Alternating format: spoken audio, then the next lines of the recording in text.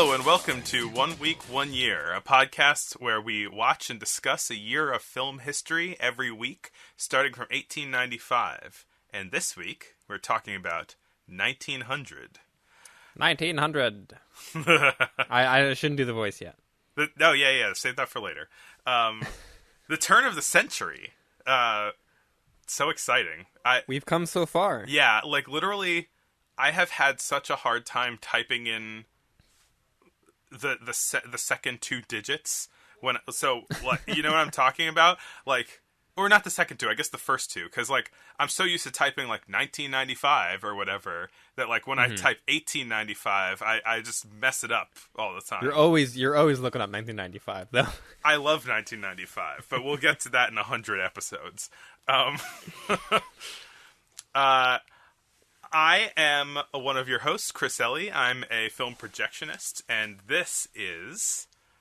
I'm Glen Covell, the other host. I'm a filmmaker and just general film nerd. Yes, as we both are. And yeah, it's exciting. It's, six episodes in, and into the 20th century. Fox. Not yet. Well, so as I've said, this is a film podcast, but we like to... It's also sort of a history podcast, so we like to kind of get a little bit of the context of what's happening. So we are going to hear about the news from the turn of the century, 1900. Glenn, would you read us the news? The news of the year, 1900. The U.S. Census is conducted at the turn of the century. The results, 70 million people in America. Puccini's opera Tosca premieres in Rome. The Boxer Rebellion rages on. 20,000 Boxers gather in Peking and kill hundreds of European colonizers. The British Labour Party is established. The United States adopts the gold standard backing its currency. In Paris, the Second Olympic Games commence. The Wonderful Wizard of Oz is published. Sergeant William Harvey Carney becomes the first black man to be awarded the Medal of Honor. Temperance meets temper. Carrie Nation begins her crusade to demolish saloons. The first Zeppelin takes off in Germany. Subways are opening in London, Paris, and New York City. French automobile tire company Michelin releases a guide to high cuisine. The Lumiere brothers premiere their new Lumiere wide film format, the widest in the history of film at 75 millimeters. Thank you, Glenn, for that news report. Got a nice nerdy one in at the end there. Yeah. We got some film history. We got some, that's the whole idea, right? Yeah. Anyway, some films came out this year. Some big ones and some long ones. Oh, yeah. Some very big ones. Yeah. Well, I guess some big for the time. I wouldn't necessarily say they're big in the overall history. They're of film, big in the sense that back when YouTube wouldn't let you upload anything above 10 minutes, it wouldn't fit on YouTube. It's a good point. So that is, I hadn't thought of it that way. Because it's just barely more than 10 minutes. That's right. We're talking about Joan of Arc. I don't know if we want to get to that one first, but we could. We might as well. Let's do it. It's a George Méliès movie. He's following up Cinderella of last year with another kind of long format storytelling picture. This time about French national hero Joan of Arc. It's a proper epic. Yeah. It's like telling a story, unlike a lot of movies of this time. Yeah, I mean, it's, even though the first scene is lost, I think the remaining scenes are about 10 minutes, but it would have been well over 10 minutes originally. Really? Yeah. There was originally a scene at the beginning where Joan of Arc shows up sort of leading a herd of sheep or goats, kind of foreshadowing her leading the army later. Right. Which is, it's too bad that scene is lost, because that would have been a pretty good way to open the movie. Yeah, as of now, it kind of ends with her getting visited by the angels and getting her quest. I feel like I need to do a little Joan of Arc research when I watch this, because I don't really know the story that well, I mean, it hits all of the kind of the main beats. There are a couple scenes in there I had to look up additional context for. But they're pretty straightforward. Yeah. They're like a parade scene, a battle scene, Joan of Arc out in the woods seeing angels, her family telling her she can't go off to war and her doing it anyway. Yeah. I feel like I'm learning a lot about like French culture with this and the Dreyfus affair. Just kind of historical French goings on. Yeah, The French are the real MVPs of the early film era. Oh, yeah, absolutely. No one can hold a candle to what's going on in France. The French. At this time. The French. Orson Welles reference. What else have I got to say about this? A lot, I feel like. Yeah, I mean, it's a beautiful movie. This is in color. And it's the first Méliès, like, kind of long format movie to be all in color. Hand color, we should say. Yes. Which is a lot of work for 10 plus minutes. Yeah. Cinderella wasn't entirely in color? I guess there were only certain scenes not that I were saw. hand colored. Yeah. Yeah. But yeah, the backgrounds and the colors are just like beautiful in this movie. Yeah. Beautiful. It's definitely kind of last year both Cinderella and the Dreyfus Affair were pretty like big and lavish productions, but this I feel like kind of, if not blows them out of the water, at least ups the game a bit. Yeah. I mean, it's interesting because like formally speaking, there isn't too much different to me about this than the Dreyfus Affair or Cinderella, or the Lumiere Jesus movie, or because like it is a set of minute or so long tableaus that are stitched together, except that like this feels more cohesive. It feels more like, I mean, it is like literally one piece rather than than those other ones which were able to be broken up into chunks. We'll talk later about people who are doing kind of more interesting stuff with cutting, like using the cutting to tell stories within a scene rather than just having a bunch of scenes that you put together. Yeah. Another thing that kind of stuck out to me about this one is that there's not really any like effects shots. There's no like, or there's a couple like double exposure things with the angels appearing. Yeah. But compared to pretty much most of Méliès' other films, it's pretty light on the effects. It's mostly about kind of like the big sets and the big groups of actors on screen. Yeah, it's not showy. It does have a bit of a serious tone.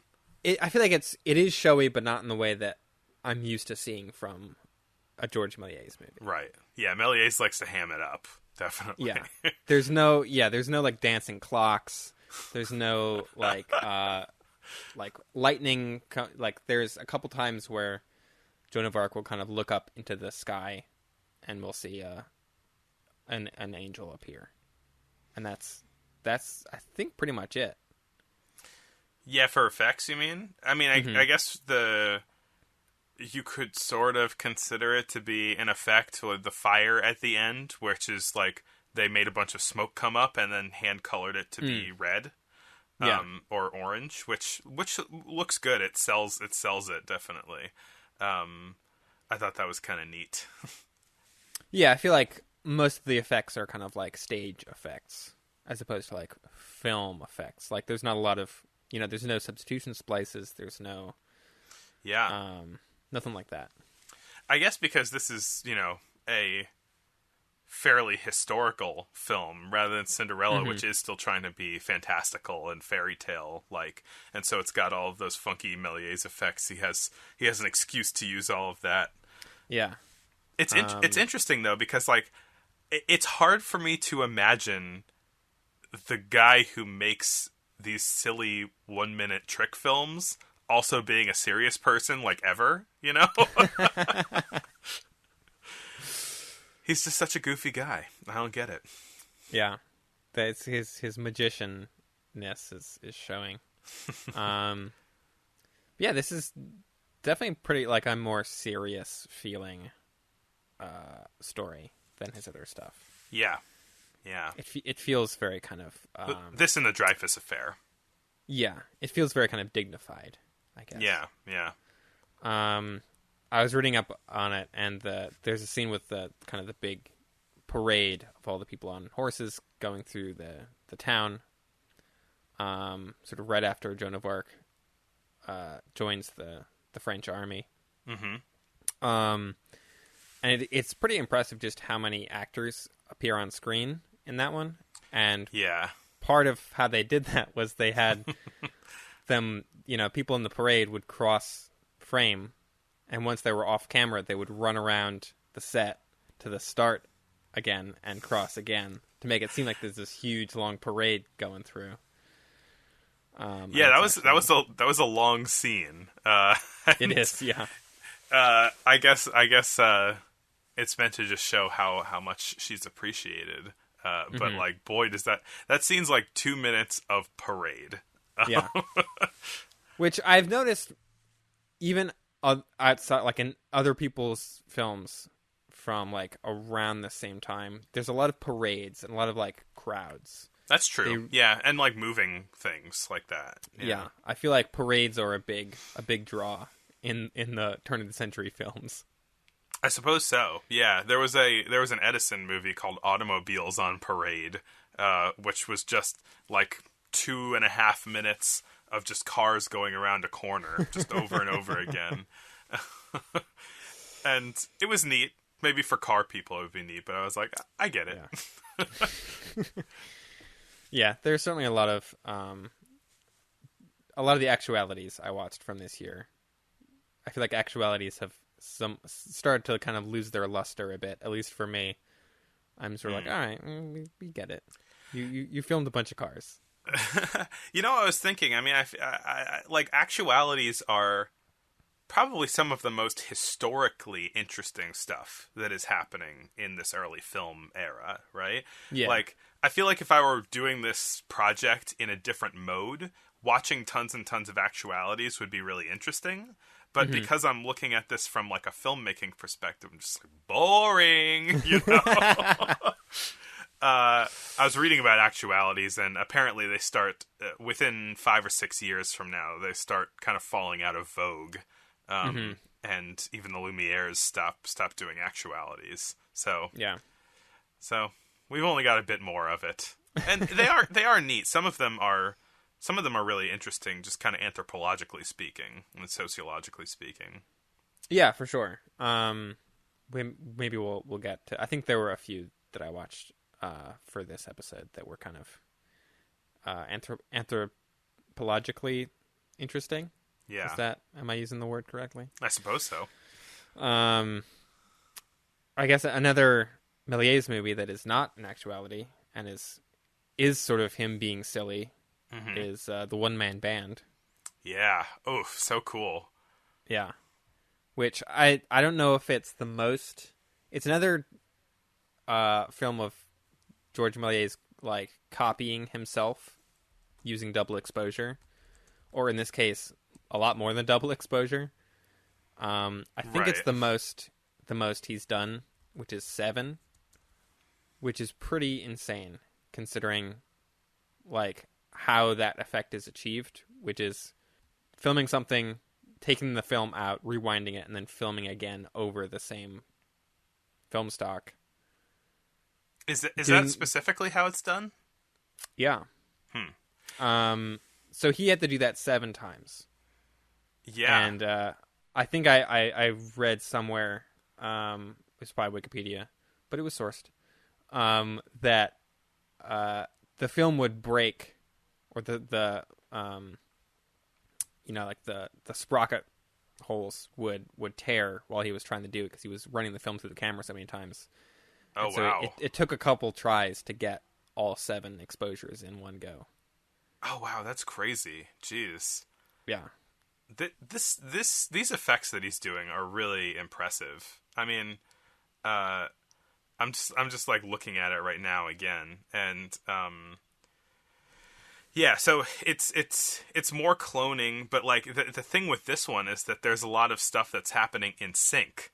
Where like with the Four Troublesome Heads, there was just kind of things happening, like just the chaos. heads. It was just chaos, yeah. But in this one, like they must have had some kind of timer on set or something, because the heads, or not the heads, the men, he kind of like pulls himself out of himself and clones himself over and over again, and then they all have different instruments, which is kind of neat. Like as they come out of the separate one, they have a different instrument. And then in relative synchronicity, they start playing and they stop playing together, and it's just really, it's a really good performance, really impressive performance. Mm-hmm. Yeah, the amount of like coordination that it must have taken to get all of that, to get each of them individually, so that they all sync up, and not, it's not like he can like go back later and adjust. Right. Like he has to do each one perfectly. Yeah. Like stuff like this, his really ambitious effects films, and stuff like Joan of Arc, his really ambitious narrative films, it makes me like when I look at his just simple trick films that could have existed 3-4 years ago, I'm like, well, like, why are you still doing this? Yeah. Which is, it's nuts that like he's even committing the amount of time that he is like to doing all of these things, because like, oh yeah, he went hard. Yeah, I'm thinking like Joan of Arc, each scene has like this enormous, like a huge painted backdrop, and like multiple kind of levels. Like each one has a pretty elaborate set. Yeah. And it's like, I don't know. I'm just like, there's clearly a lot of work went into each of these, and he's still doing a bunch of kind of silly trick movies in between. Yeah. A couple of trick movies that came out this year. I mean, there were a lot of them, but a few of them stood out to me, I think. One was probably The Doctor and the Monkey. Oh, The Doctor and the Monkey. Yeah. Yeah, that is a fun one. I guess we have to describe it, huh? Yes. But isn't it fun to describe it? This one's fun to describe. This one is fun to describe. I guess it's like a 2-story set, kind of like a cutaway from a house. Yeah. A cutaway view of a house with 2 stories. First time we've seen anything like that. Yeah. There's been kind of room scenes and like some kind of... Yeah, I don't think we've ever seen a set quite like this. Yeah, it's like a fictive camera that's like a cutaway of a house that should not exist in real life. Yeah. I mean, it's not really even trying to be this way. It's really just trying to depict 2 floors at the same time. But like, it is, demolishing a 3rd wall or 4th wall of sorts. It's not the only thing it's demolishing. Yeah. Yeah, so... how would you describe the plot of this movie? Okay, well, there's a scientist who has a monkey in a cage, and it's a monkey that is made out of a human in a monkey suit, a la 2001. And the monkey breaks out of the cage while the doctor's back is turned, and he just wreaks havoc. He jumps around and does monkey things in a human interpretation of monkey things, and he climbs up the stairs and to the 2nd floor and starts bashing on the ground of the 2nd floor, and then breaks the ceiling, and then like does a flip through the ceiling, and lands on the ground, and then harasses the doctor some more. I think it's the plot of the movie. Yeah, it's a definite precursor to Rise of the Planet of the Apes. Yeah, this is, yes, that was Caesar right there, actually. Yeah. I also saw I saw this and I thought it was a bit of a stretch, but I think it was a funny comparison that it it could be seen as a precursor to the original Donkey Kong because of the sort of multi-leveled set, and it's an ape wreaking havoc. There's no plumber in it, but if only, that would be amazing. Yeah. Oh, the other thing I forgot to mention about what happens in the movie is that the monkey keeps just pulling people's pants off. That's kind of the way that it is causing shenanigans, is that it's like insistently pulling off the pants of the doctor and his wife. Classic monkey hijinks. Yeah. I think that like a lot of these early like comedy movies are a normal situation and then some scamp causes shenanigans, and there's a lot of that, and like a monkey is probably the ultimate shenanigan causing scamp. So it fits. Another sort of trick film that I think was notable of this year, or not notable, but like I thought was pretty good, was Going to Bed Under Difficulties, which great title. Yeah. Which is, the whole movie is this guy who is trying to he walks into his bedroom, he's trying to get to bed, and then he starts taking his clothes off, but then his clothes start magically appearing back onto him. Except that, like, they're not disappearing, like, more clothes, I guess, are appearing on him. So he takes off his pants, and then like a hat is added, and he takes off the hat, and the pants, and like new pants are on him, and then a coat too, and he takes off the coat. And it's a gag that a lot of people started using this year. There are a lot of magical clothes appearing movies this year for some reason. But I like this one the best. Yeah. I like this one the best because it's not just like the clothes are playing a trick and they're like reappearing or whatever. It's just like more and more clothes. So as the film goes on, the room is just filling up with piles of clothes, and it's really funny. That is really that is what sets it apart from the other like trying to take your clothes off but they keep reappearing films. Mm-hmm. Yeah. that classic subgenre. This is the only one that I saw where the clothes stay once they're off, and so they just keep piling up. Yeah, and yeah, it helps by the end of gag a lot. By the end of it, it is just like a room filled with discarded clothes, and this guy still isn't in bed. Yeah, and like I think this one has a lot of good, like the kind of like harried and overwhelmed stuff that you would see in like some Buster Keaton style silent comedy, like silent physical comedy. It's got a lot of good physical comedy in it, where the guy's just like, oh my god, like where are all his clothes coming from? Jesus Christ, you know. Yeah, I another one I enjoyed was A Fantastical Meal. Yeah, I put that one down too. Yeah, it's just like one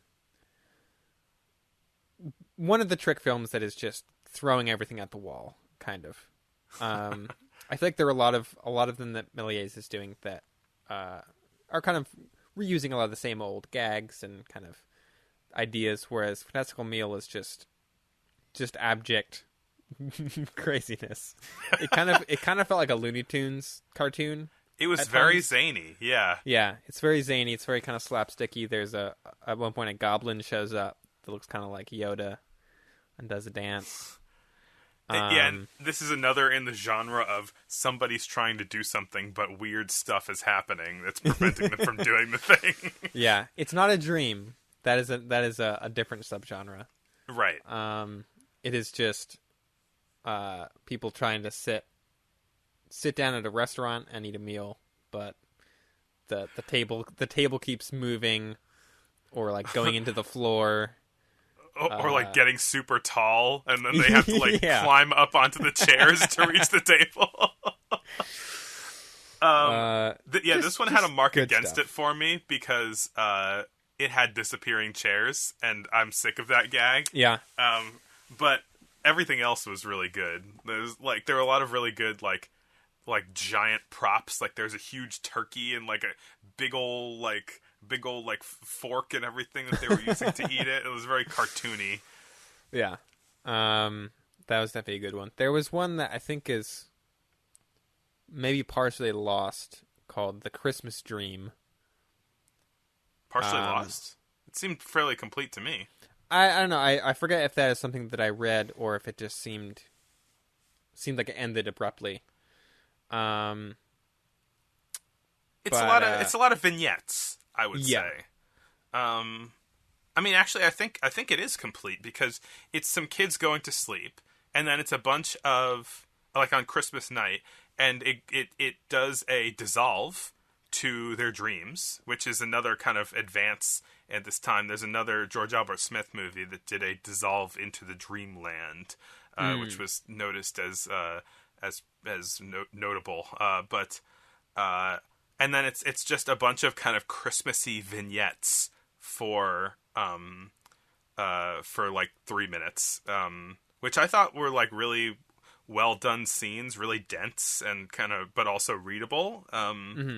And so it just goes from vignette to vignette, and then they wake up, and then it's Christmas morning, and they get presents. That's right. Yeah, I don't know. I forget where I had come to that conclusion that it was partially lost, but it's in my notes. With a question mark, though. Yeah, I mean, I definitely don't think I fully like understood what each of the vignettes were supposed to be always, but they were always very kind of elaborate and cool to look at. Yeah.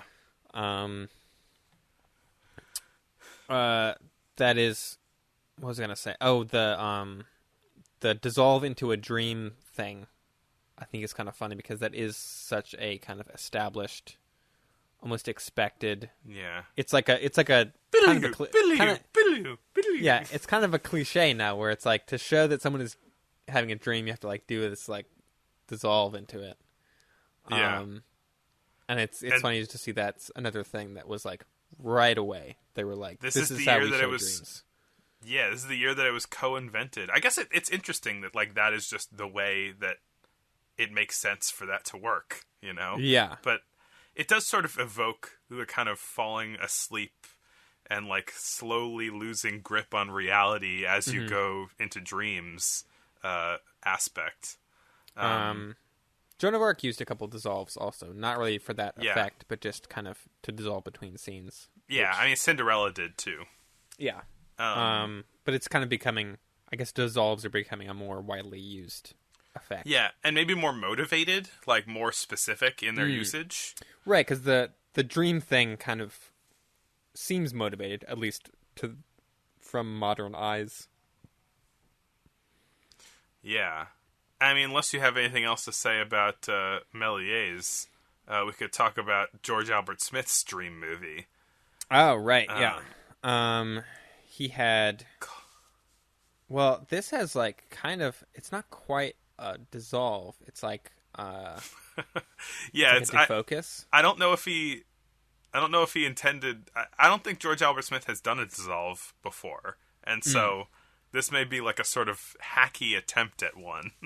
Yeah, but it actually kind of feels even more like the modern kind of conception of like the dream transition. Right.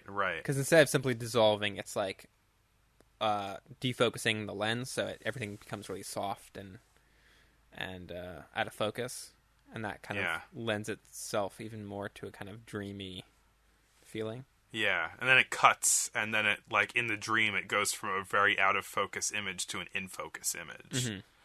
And it's a little joke film. It's a little comedy film. Yeah, it's like a guy dreaming of having a pretty wife, and then he wakes up and his wife is mean to him. Yeah, pretty straightforward joke in that one, but it works. Yeah. It feels very a piece with George Albert Smith's just kind of whole goofy vibe. Yeah. I dig this guy. He's a good guy. I've enjoyed most of his films. Who's the British guy that we hate from last week? That was I think it was Bamford. We were really hating on Bamford. Yeah. Last week. Pro GAS, anti Bamford. Yeah, I think I only watched one Bamford film from 1900, and it was pretty boring. So not outright terrible, just not interesting. But yeah, George Albert Smith did some. I'm not really sure how kind of innovative they were, but they feel new and significant. I don't know, man. I think that these Grandma's Reading Glass and As Seen Through a Telescope are pretty innovative. They are pretty innovative. I mean, George Albert Smith has done edits in his movies before. Yeah. But these feel much more deliberate and kind of like they're building film language a bit more. Absolutely. I mean, that's the thing. Is like the reason why I was ragging on Joan of Arc a little bit is in light of these other movies, which I think are using more complicated scene changes and more complicated camera angles, where Méliès even calls his scenes tableaus because it's a series of tableaus that are stitched together, you know. Yeah. Whereas George Albert Smith with The Kiss in the Tunnel and with these movies, he's using cuts to show you more about something that is happening rather than show you a new thing that's happening. Yeah. Which is very important. Yeah, very much so. Starting with Grandma's Reading Glass. I guess that's an old woman in a room with a bunch of objects around her, and her grandson presumably comes in and takes her big magnifying glass and starts looking at different stuff. And each time he looks at something, we see a blown up close up of it. Yeah, with a kind of circular effect around it. Yeah, with like a circular mat on it. Which it's funny because it's got a bunch of close ups of each of that's got a cage of birds and the grandma's spooky eyeball. And it's funny how like just the mere kind of concept of a close up kind of feels like a trick or like an effect. Yeah, it feels it's so weird. It's treated as such, as like the novelty of being able to see a close up of like an eye or a bird. Yeah. There's that's the thing is like this whole movie from a narrative perspective is not so interesting because it's really just a justification to show a bunch of close-ups. It's a framing device for look at this thing really close and look at this thing really close, you know? But it's still showing like a really new technique. It's technically point of view too, which is also fairly unique. Yeah, I don't think we've ever really... There hasn't really been a lot of, like, point of view shots in things. Yeah. These two might be the first. I don't really know if they are or not, but... Yeah, it's unclear. I feel like we've seen some stuff that, like, could debatably be considered point of view, but... Yeah. This is very explicitly so. As seen through the telescope, I think is using the close-up as sort of less of a novelty and a bit more of like a storytelling device. Yes. That one is a guy has a telescope out on the street and he looks across the street at a lady's ankle. And then so funny. And then the lady and the guy she's with come over and the guy slaps him because he was sneaking a peek at her ankle through his telescope.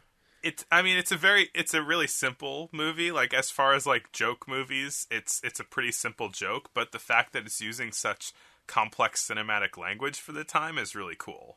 Because you're literally seeing his point of view through the telescope. It's got that same circular mat on it. And so he's just like, ooh, gonna look at a lady's ankles from a block away. Very risque for 1900. I guess so. That's the best thing about it, honestly, is that it's ankles, you know? Yeah. Yeah, there was another one I watched from George Albert Smith was The Dull Razor, which I only sort of took note of because that's just a guy making funny faces while he's shaving in the mirror, but you can see George in the corner of the mirror operating the camera. Which is kind of fun. I didn't see that one, but I'll have to check it out.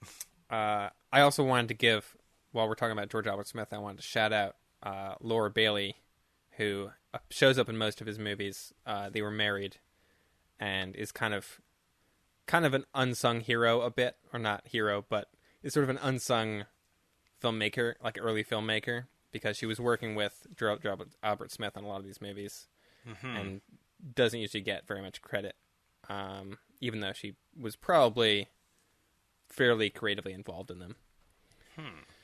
Yeah, she played the dream wife in Let Me Dream Again. Yeah, she's the mom in Santa Claus. She's one of the people kissing in Kiss in the Tunnel. a real Tim Burton Johnny Depp situation. Or I mean, more like a Tim Burton Helena Bonham Carter situation. Whatever. As far as I know, Tim Burton and Johnny Depp were never married, but there's still time. That's true. I suppose so. What next? Oh, I guess a note about Grandma's Reading Glass is that this is the case with a few George Albert Smith movies that, like, there's this guy Arthur Melbourne Cooper, who I actually haven't really looked into a whole bunch, but, like, his descendants have asserted that a lot of movies that are credited to George Albert Smith are actually Arthur Melbourne Cooper movies. Oh, right, yeah. I don't really fully know what the deal with that is. And this Grandma's Reading Glass is like one where different groups have different opinions on whose film it is. From what I've read about it, I don't really buy into the idea that they're not George Albert Smith.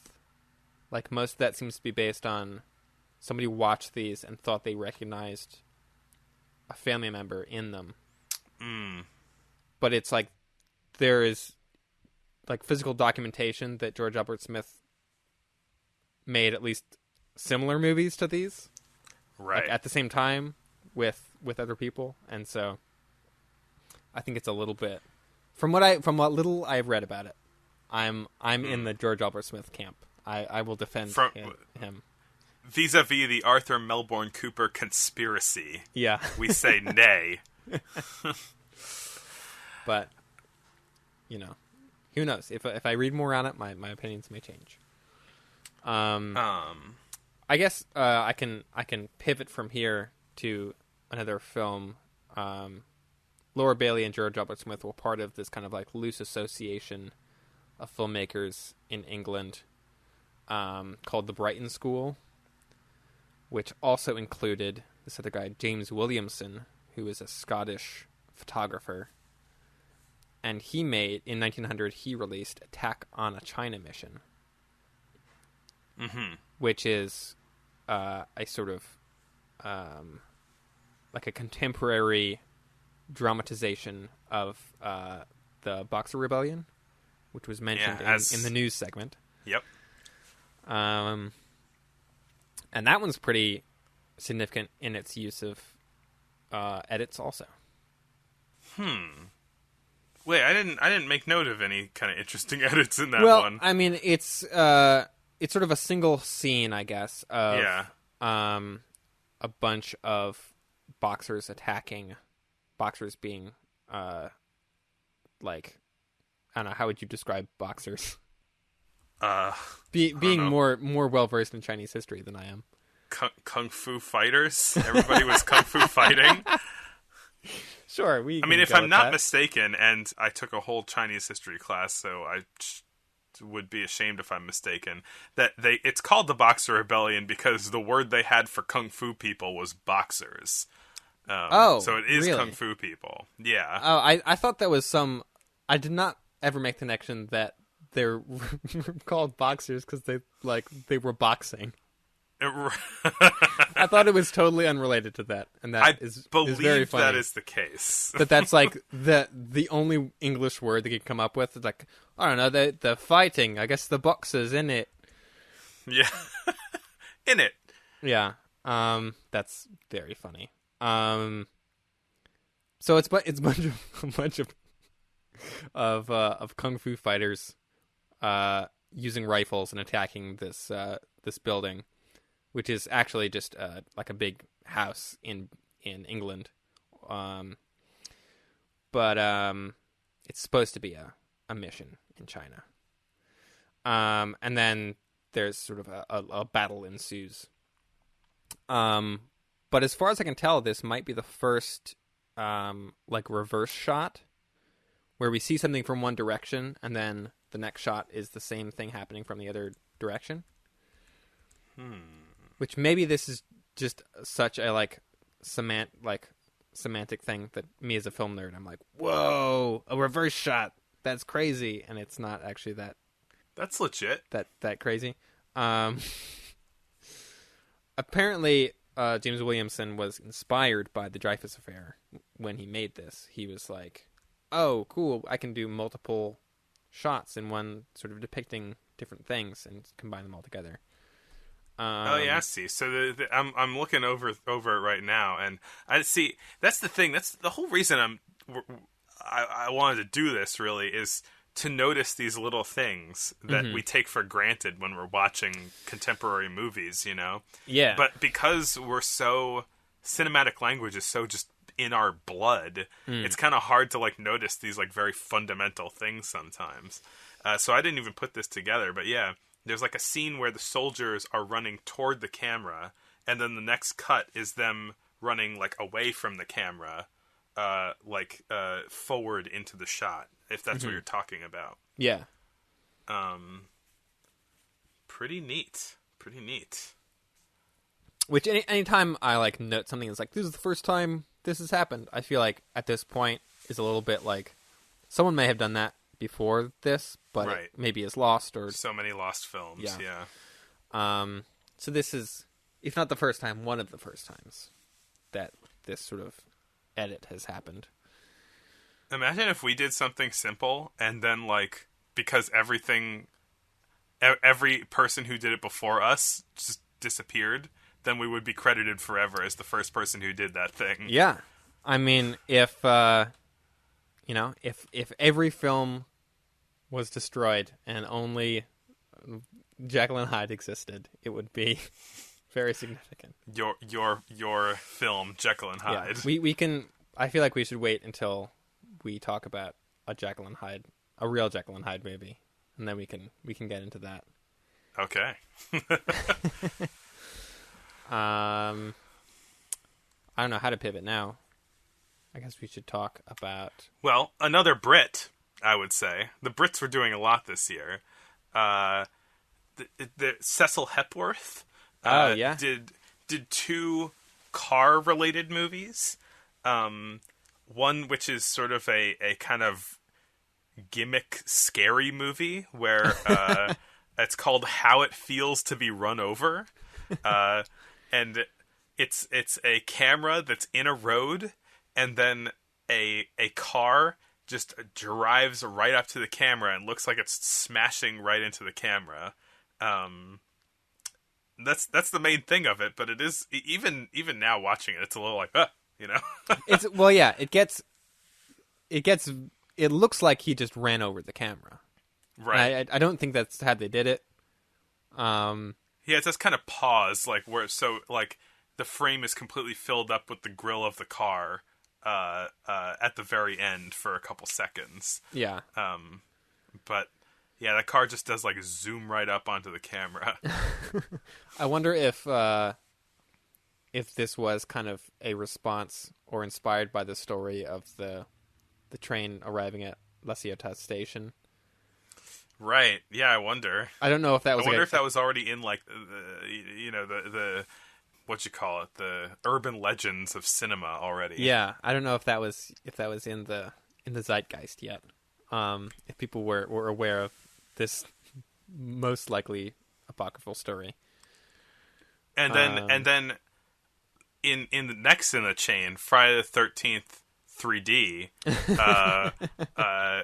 did the move of stabbing a machete at the camera, inspired by this film.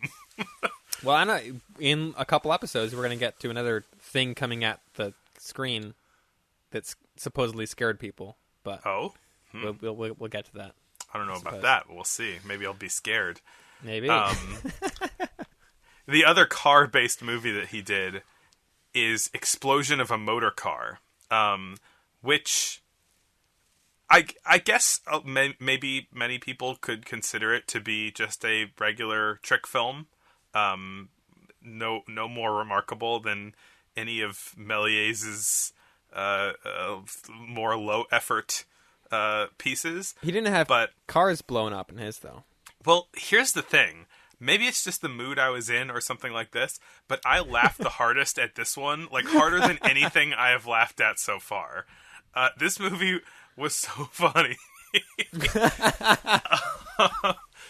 Because, okay, so what it is like there's a car, the camera's in the street, you see a family in a car, and it's like one of those old-timey cars that's like all open air, like Chitty Chitty Bang Bang style. And so they're all riding in the car, and then the car just kind of spontaneously explodes with a substitution splice. There's a bunch of smoke, and then it's replaced with a bunch of like metal parts on the ground, and the people are gone. And I thought for a second, like, oh man, the people exploded, right? And then, because it's British, because it's old-timey and British, a bobby, walks up. A copper. A copper with his bobby hat. And he's like, oh my god, a car exploded. And he like looks around and tries to see what's going on. And then he's like, wait a minute. And he pulls out a telescope and looks up in the air. and then he's like, oh my god, and he like steps aside, and then like body parts start raining down from the sky. And it's like such a good, like, it feels Looney Tunesy in sort of like the delay between the explosion and like the body parts just like falling down like 15 seconds later or something like that. It feels like they should be accompanied by a like whistling falling sound. Right.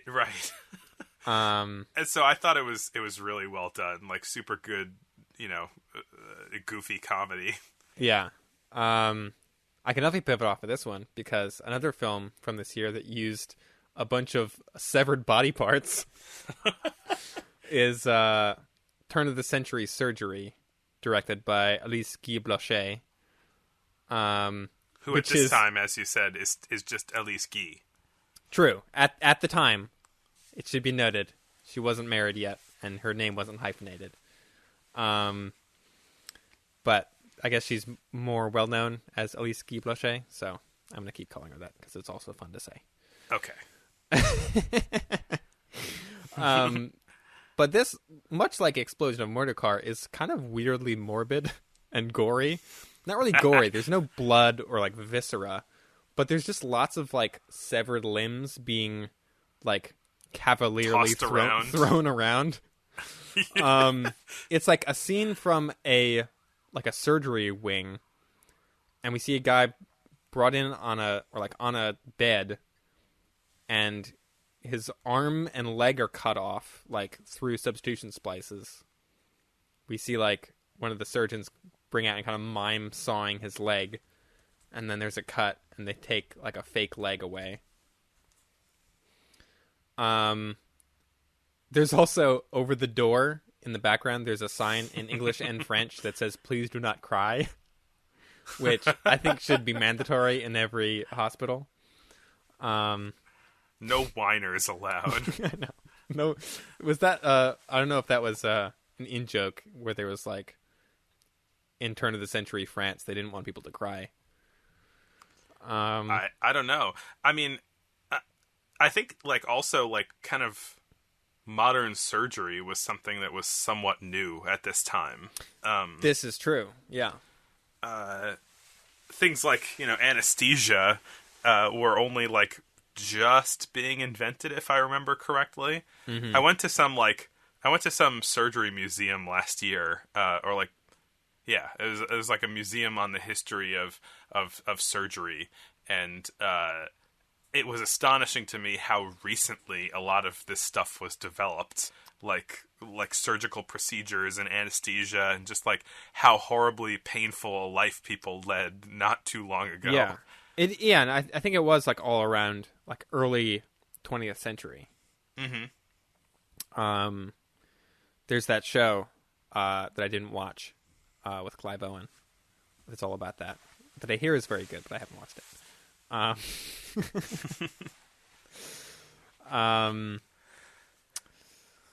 But yeah, and then after the arm and leg get sawed off, they're just kind of thrown in a bucket, and they grab a new set, a new arm and a leg, and and glue those on. Yeah, literally glue them. Yeah.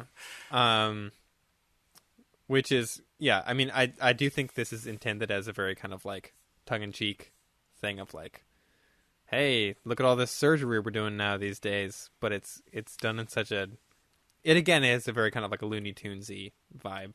Yeah.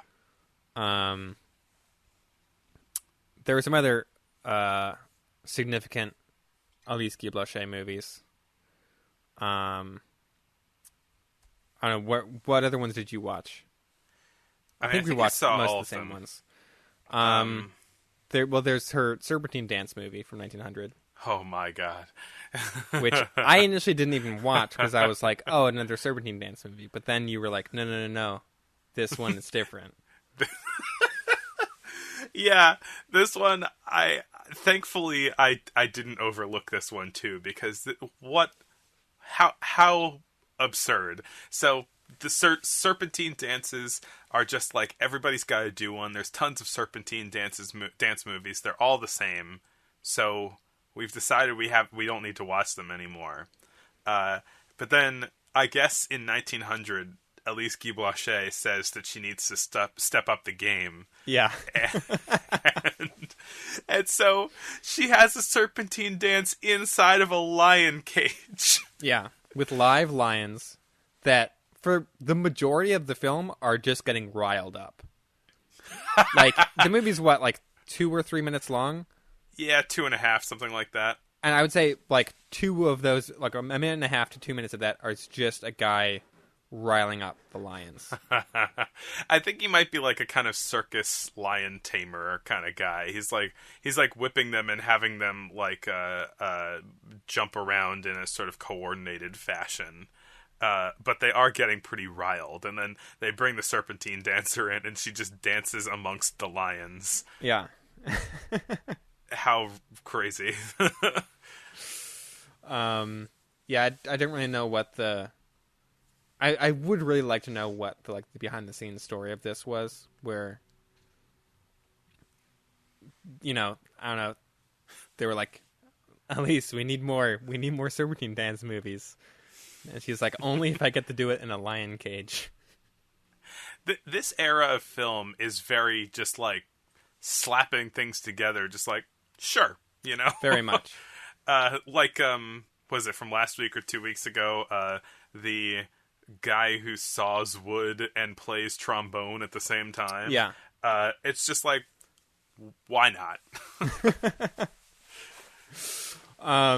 Yeah, I feel like it's funny because I feel like a lot of movies from this time are jokey and humorous, and I feel like Méliès is kind of doing stuff with like chairs disappearing and like slapsticky stuff, and then George Albert Smith is doing a lot of kind of like funny faces and like some like funny staging stuff.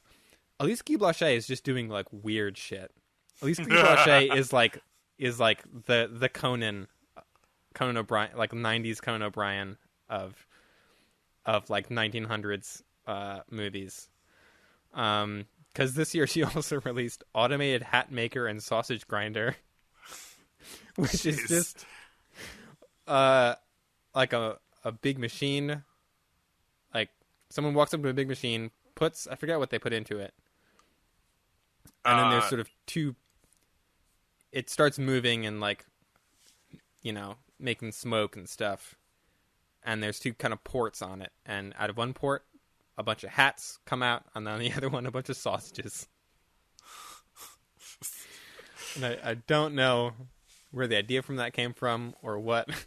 I don't know what's going on there, but I did enjoy it. Yeah, kind of a throwback to the Mechanical Butcher, just like a strange contraption that makes sausages. I feel like there are things that are like, I don't know, like 1900 or like turn of the century humor that I feel like is just not landing. Like, were sausages just a much bigger deal back then? I don't know. Maybe it was some kind of technical marvel. Did they invent sausages? So. Probably they were already invented. Maybe it's because like sausages take a long time to make because you have to like pack the stomach lining with all the weird stuff, and so or hats certainly do. True. So the novelty of a machine that makes both hats and sausages very quickly would be very exciting and humorous. She also released 2 movies this year that I feel like are significant, even if they're like they weren't intended to be. There's Pierrette's Escapades and At the Floral Ball. Did you watch these? Yes. Yeah. So I think Pierrette's Escapades is the first one, and as far as I can tell, again, this is like that might have been done before, and I just didn't see it. This might be the first gay smooch on film, but I don't know. Did they smooch? I didn't know. Oh, they smooch. There's a woman in a like a hotel room or just a room, and then a female version of Pierrot, the like noted clown character, shows up and they dance. I'm trying to remember exactly what like the staging of it is. It's a weird movie where like a woman is dancing and then a clown shows up and then they dance. Well, she like in the beginning she like rebuffs a guy's advances also. Right. And then she imagines this magical clown woman. And then they smooch, which I don't think like we've had a couple smooching films. Right. And this isn't like the smooching genre, I wouldn't say. No, it's more the kind of dancing around with colors genre. Yeah. And then At the Floral Ball is also two ladies dancing, and then they smooch at the end. And my notes for that are intentionally gay or just French. And that's kind of why I'm like, these might just be French. Like, I can't tell if they're like intended to kind of be homoerotic or not. Right. Yeah, there was, I mean, some people who I feel like are dumb credit that William K. Dixon sound film with being the first gay film or whatever. Which is... I can tell you right now that was not intentional. No, yeah, and it's also it like two men dancing with each other. I don't buy that at all. I did look up what the first same-sex kiss was on film, and I couldn't find any mention of these movies anywhere. But I also couldn't find any mention of anything earlier. So I'm gonna go ahead and just assume that. Gonna go ahead and edit that Wikipedia page. Yeah, or that. That these are breaking some new ground. Yeah.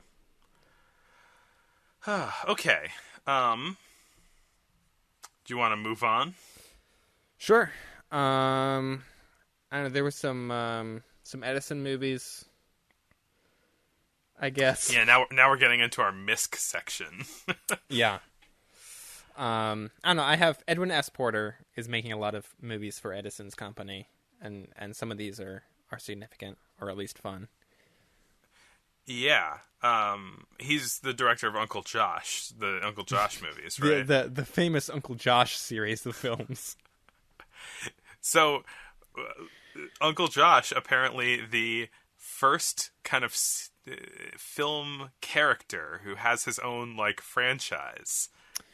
Right, really the origin of Marvel and of Marvel's Avengers. It's funny you use that comparison because my mind immediately went to like to Ernest. Me too. Uncle Josh seems like more of like an Ernest character. The only Ernest movie I've seen is Ernest Scared Stupid, and these movies are basically Uncle Josh Scared Stupid. Right, they're both. But that is it's a couple. Oh yeah, go on. I was gonna say I hadn't actually thought of that. This might be the first like original character to appear in multiple films that isn't. Yeah. Like we've had Santa Claus in multiple films or like historical figures or like famous literary characters. I don't think we've ever had a like original film character like Uncle Josh before. Yeah, and he's like named too. I feel like a lot of these characters that are in the thing, they're just like the Alchemist or something like that. They're not right. Uncle Josh, marketing. So the first one is Uncle Josh's Nightmare, which is it's another nightmare movie, which is like someone goes to sleep and a bunch of crazy things happen. Yeah. And then Uncle Josh in a Spooky Hotel, where it's a great title. where there's like him, Uncle Josh, and some other man just sitting next to each other, and a ghost is playing pranks on them by like tapping on their shoulders and then disappearing and making them think that it's the other person. And then the hijinks ensue. It's a big improvement on the first Uncle Josh movie, I do think. Right. The Uncle Josh series is just only getting better. Yeah. And there is a third Uncle Josh movie, but it doesn't come out, I think, until 1902 or 1903. So we'll have to wait till then to finish out the trilogy. Maybe the first trilogy of films. Maybe. For Uncle Josh's Nightmare feels kind of like a Méliès knockoff a bit. Whereas Uncle Josh in the Spooky Hotel is really comes into its own, I think.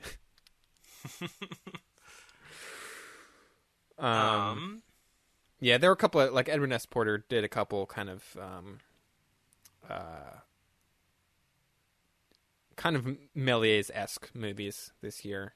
But I felt like they all really kind of paled in comparison to the stuff that Méliès is making at the same time. Oh, of course, yeah. As usual, he's just miles ahead of everyone else. Yeah. Or Méliès ahead. Yeah, I mean, I got a couple other movies written down that are pretty significant.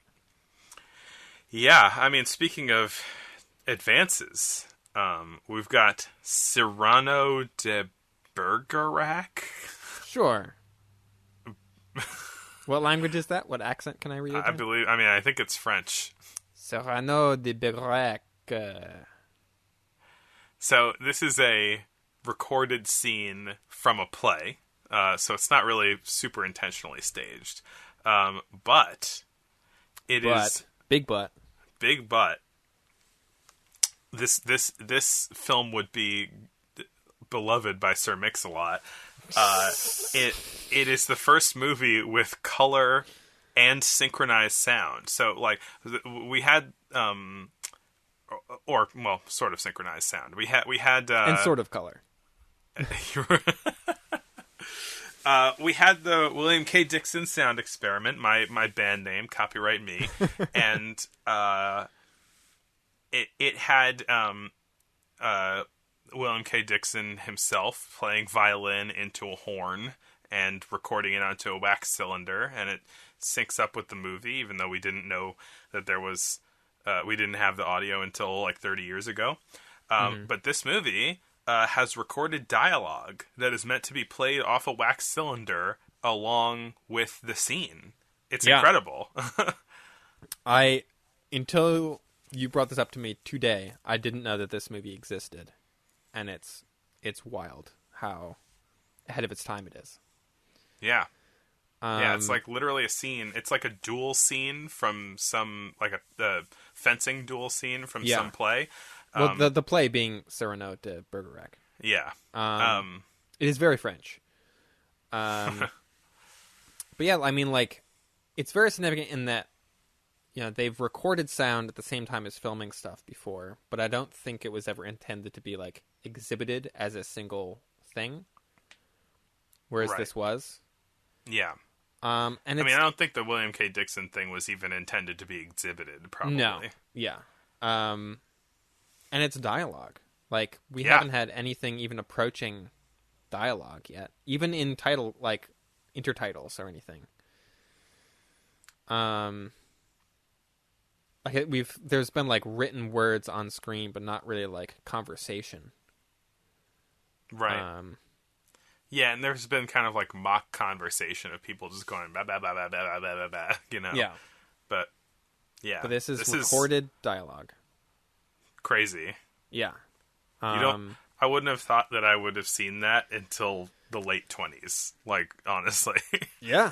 And then it's hand colored, much like all the other sort of color films that we've seen up to this point. But both those things combined definitely make it feel much more technologically advanced. Yeah. Yeah. Which is pretty cool. There's the Enchanted Drawing. Yeah, which I guess you're not a big fan of, but I like it. I don't know. A lot. I was like, it's just kind of more vaudeville style goofiness.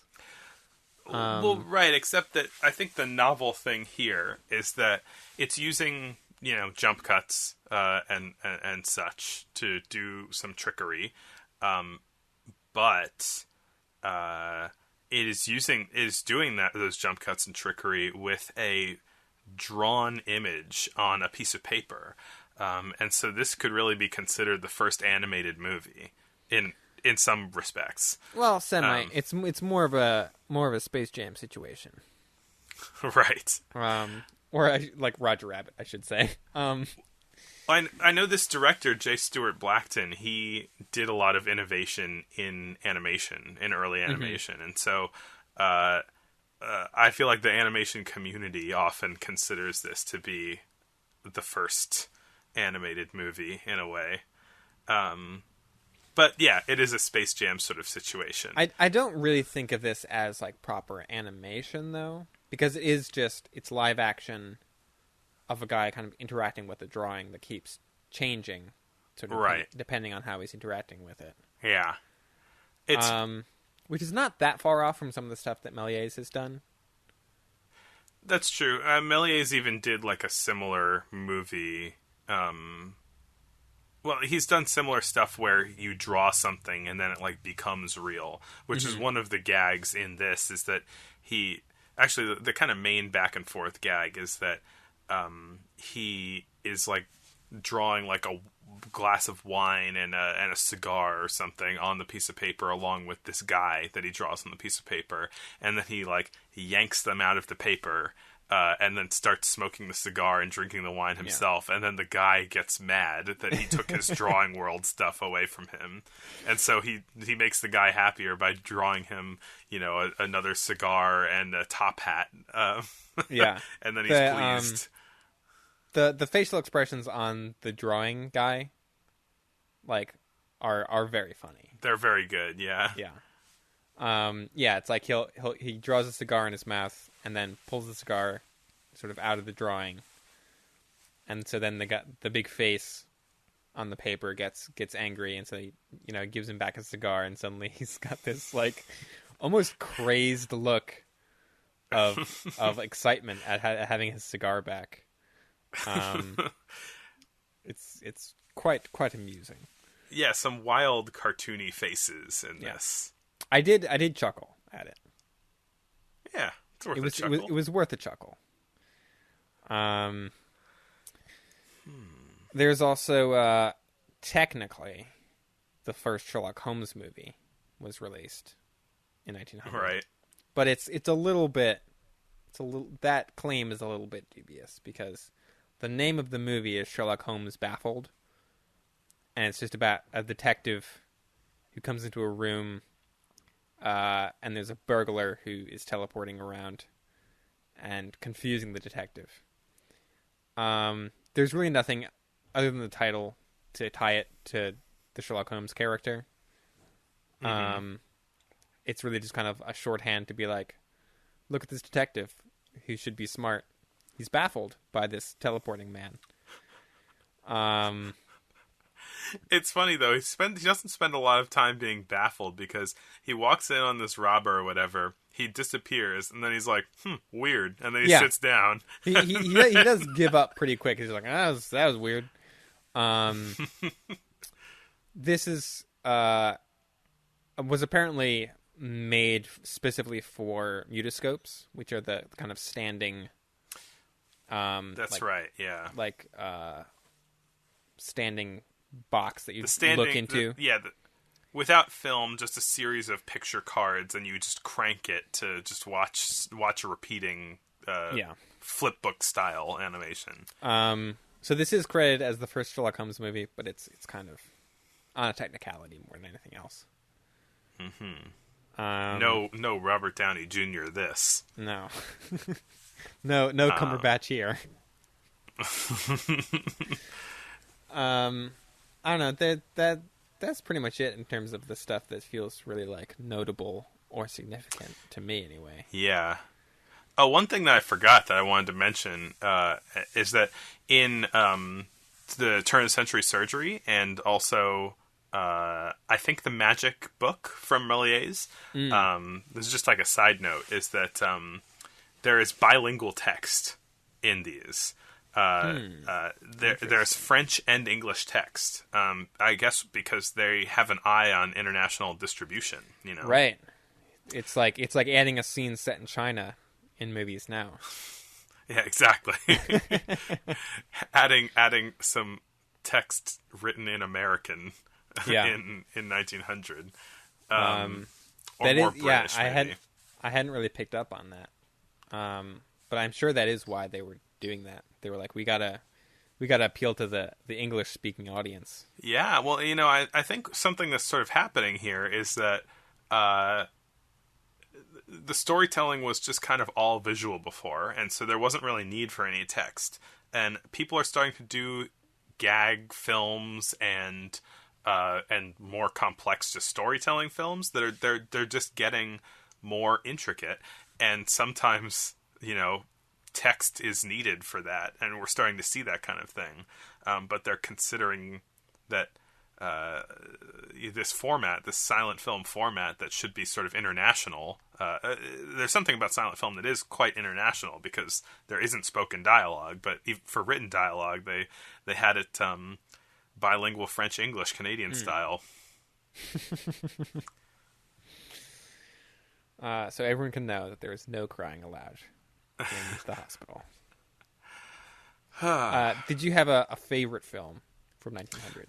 Oh, I forgot we were doing that. Yeah, I loved the exploding car one. Yeah, I mean I'm going to be boring and just say Joan of Arc. I think that was probably the one I enjoyed the most. Even though that's like, the popular opinion choice. It's very unoriginal of me. Boring. Yeah. The exploding car one was also quite good. Yeah. Joan of Arc, very ambitious, definitely, too. Yeah. Well, I guess that wraps it up.